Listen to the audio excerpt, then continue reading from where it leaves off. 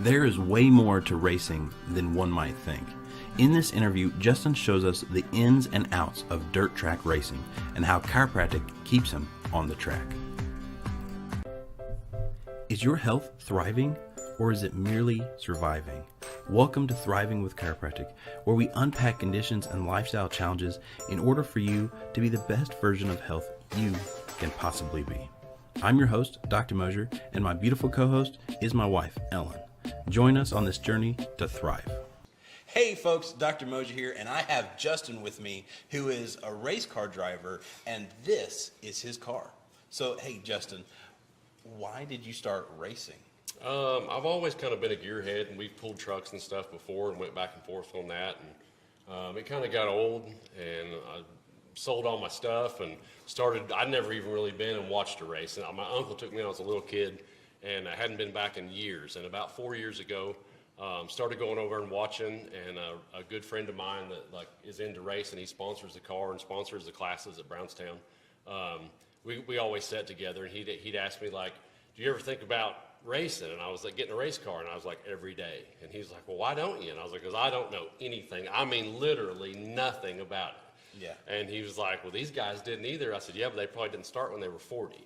And one thing led to another. He actually found my first car and went and bought it. And like I said, we've raced for 4 years now, and it's fun. It's a lot of work, and we actually were very, very fortunate this year and got to get a new car.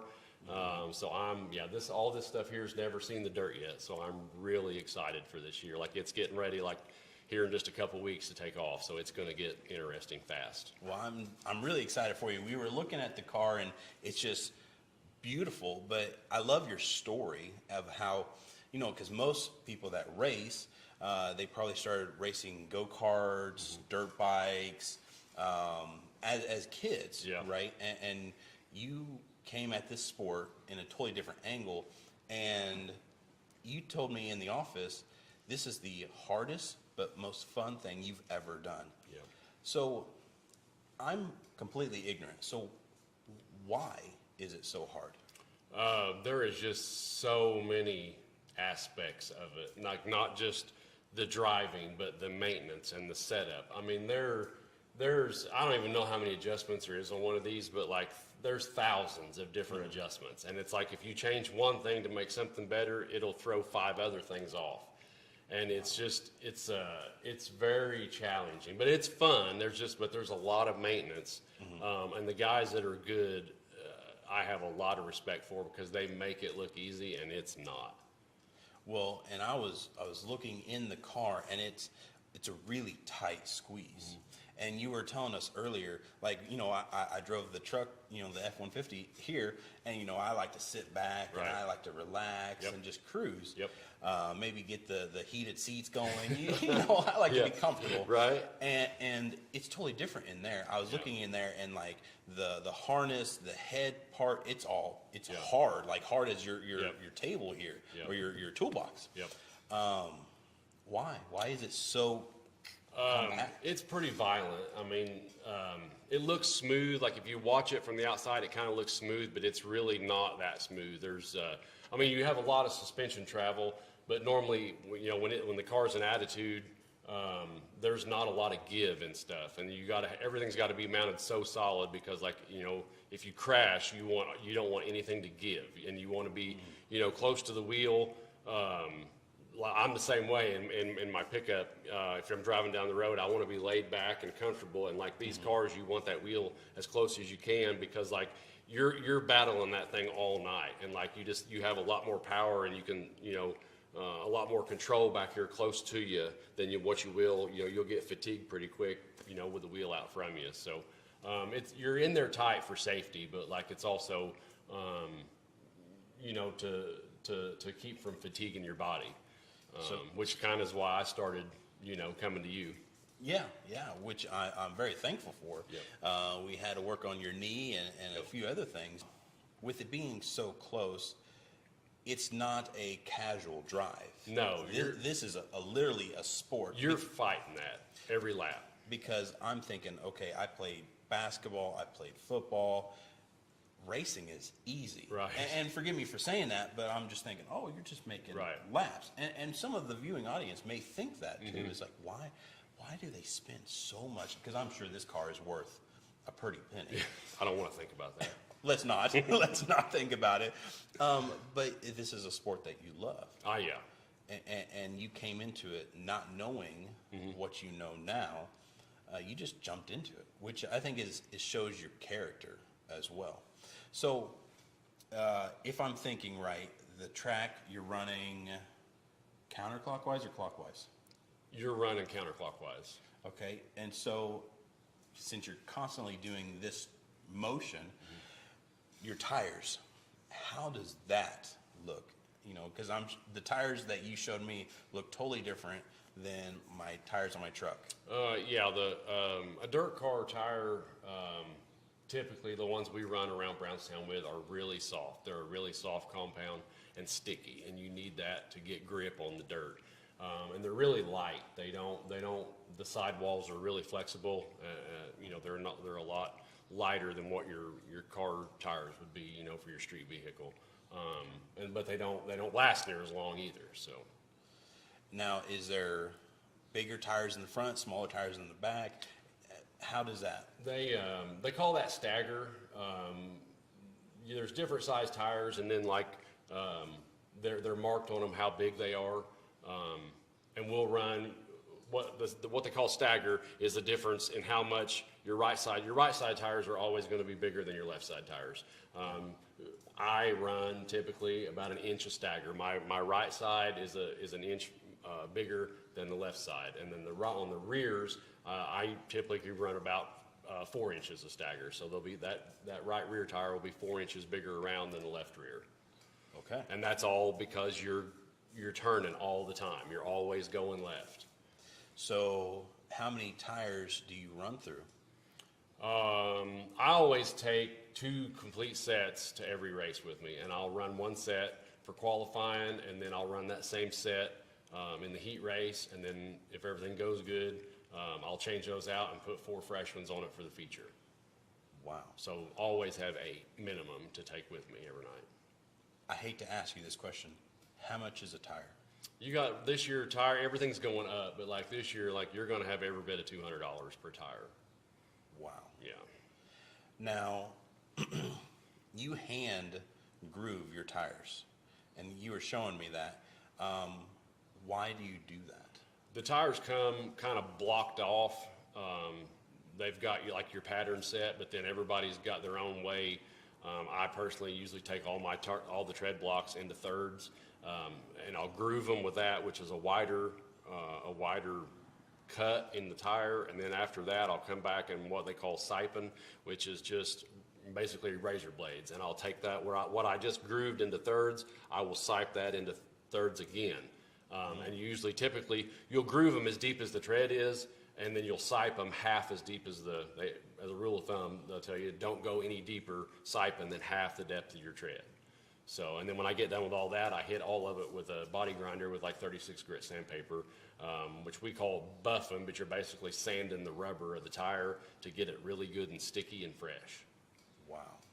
There's a lot of tire work. I mean, a lot of tire work. So is most of your time spent on the tires when you're in season? Yeah, like I try to get ahead, get everything ahead. I like to think I'm not. I'll never say I'm a good driver, but I think I'm very good at maintenance, and I stay on my tires and I stay on my maintenance for the car.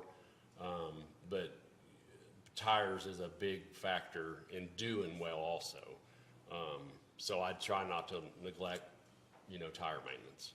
Wow. Now, with good tires, I'm sure it helps prevent some crashing because you have more traction. You don't slide off and hit the wall or. Yeah. The tires are never as good as when you first put them on. Like that first time, that's the best, and they will fall off every night. But there's just a balance there of like performance versus cost, and I get all the life out of my tires. I mean, I use them. I run tires that I probably shouldn't sometimes, but it's like I have to save as much as I can, But like as far as like safety. I don't know. You can wreck a car with new tires about as fast as you can wreck a car with old tires. Well, speaking of that, because I know it's you, your wife, and your daughter. That's your team. That's pretty well the team. And most of your other folks are having how many other guys in their pit crew? I mean, it varies, but like, you know, everybody, they'll bring 2 to 3 to 4 with them every night, which that gets into, you know, the financial side again, because like you're looking at, you know, $30 minimum per person to get in. Yeah. And some of them, a lot of them do it for free. I mean, they come in, they're just there to work on cars, you know. And it's like, I'm weird. I'm weird about my stuff. I like things my way, and I'm not saying that's the right way. I'm just saying I like my things my way. Well, and so not picked up a whole lot of extra help, but I'm very thankful for my wife and daughter. They do a really good job. My wife's picked up on racing like a lot since we started racing. Like she's pretty good. She knows usually before I have to say something, like she's going to get whatever it is she knows I need. So that is awesome. Yeah, that's very fortunate to have them. So speaking of crashing, though, have you ever crashed? Yeah, there's wrecks. I mean, nothing. I've never had a serious. I've never felt scared, you know, in a crash. There's a picture up there on the wall where I was up between a couple cars on my side and stuff. But that was a pretty smooth. Just these cars are built like a wedge. So like when a crash does happen and everybody comes to a stop real fast, and these cars don't stop real well. It's just like driving a wedge up under it. So it kind of, one car went up under me and kind of tipped me up on my side. But it was, you know, pretty well just sheet metal damage, you know, like any night that you leave the racetrack and all you've got is a little sheet metal to fix, that's been a really good night. When you know, now I have been, it was the first year I raced. It crashed a lot. I mean, I ain't going to say it was necessarily my fault, but like, was in some crashes, you know, I was probably like in a spot where I shouldn't be in. And we tore up some suspension stuff, broke a carbon fiber drive shaft, bent some bars and some, you know, we bent some spindles every now and then, but that doesn't happen a whole lot. Nice. So you don't really have to run scared. No, but I also, there's times, and I'm getting better at it, I need to be more aggressive. Like if I was going to critique myself, and I do a lot, I'm not aggressive enough on the track. Because like I'm always thinking like, oh, I could run in there, but it's like if that goes bad, like I only have so much money to like make it there next week, and it's like I ain't gonna have no fun, and I'm not gonna learn anything with the car tore up in the shop next week when, you know, I'm not being able to be at the racetrack. So, and it's hard to race like that, you know. I mean, it's like I want to go have fun, but I want to do better also, and I'm slowly getting there, but it's hard to race and thinking about the money. Like that's where like I think me being older 20 years ago, I wouldn't have thought about that. Like I'd have run it in there as hard, whatever, and whatever happens. And now I catch myself thinking about that a lot. Nice. But I'm trying to do better at that. I want to do better. Well, when you're in the office and you just had a race, you're usually in the middle of the pack. You're doing really well. Yeah, I'm all right. I mean, I'm not as good as I want to be, but I'm better than I was, you know, and I'm getting more help every year. You know, every year I get more help and more sponsors, and that helps. I mean, it's like if you can, and I'm fortunate enough to run. I have had really good luck finding sponsors. Like they find me really. I hate asking for money. I try not to do that a lot. But everybody seems to really like it, and like most of them, it's just like they're helping me. Most of them could care less how I done in a race, but like they just want to help me, and I really, really appreciate that. Yeah. Well, I've never had my name on a race car until now, so I'm kind of proud of that. Right. But I really support what you're doing because, no, I'm not a race car guy. I'm not even a gearhead. I know the gas pedal's on the right and the brake pedal's on the left. That's where I'm at. Right. And the heated seats right here. Right. You know, that's where I need to be. But I think it's super cool that you at 40 stepped into a whole new world without batting an eye. Yeah, I've never been accused of being super smart, so I would have regretted still going over and watching, and I every year think, I wonder if I could have done that. I wonder if I could have done that. I wonder if I could have done that. So I don't regret doing this. Absolutely. So you've been in the office for a while now, and you're beating and banging with the racing. How has chiropractic helped you? Oh, it's helped me a ton. Like, I had knee trouble. That was probably back like when COVID started. The car was ready, and that nobody was racing. We couldn't do anything, and like I just sat around. I've always been a bigger guy, and like I'm good at, like, once I get rolling, I'll work for a while. But once I get stopped, I can stay stopped for a while. And like, I got to the point where my knee, I was kind of like, I don't know if I can get down and like change tires, like, bending down, and I was kind of worried about it, and like started coming and seeing you, and like everything's a lot better. Even now, like, coming every other week, it's like, I don't even know when I come in there, it's like, I don't even know that I'm really in that bad of shape. And then like I walk out of there and it's like, man, I feel a ton better. I mean, it's just like, it's like a release, and I'm a big believer in it, because like, my neck was kind of messed up a little bit, and like these cars, like they bounce you around a lot. I mean, it can fatigue your body. And then like, even in the shop, up and down, crawling under the cars. And, I wouldn't want to do it without your help. Well, thank you. Yep. And I appreciate you. Well, folks, this was awesome. I hope you guys get to join me at the racetracks, because we're going to be coming to his races. The boys are going to have a blast watching you race. So just make sure you win. Right. No pressure. No pressure, Yeah, but that's fine. Win. Yeah, right. Thank you, guys. See you guys next time on Thriving with Chiropractic. Thank you for joining. We truly hope Thriving with Chiropractic is making a positive impact on your health and wellness. Please comment and share this episode. We would love to hear from you. And as always, remember, your story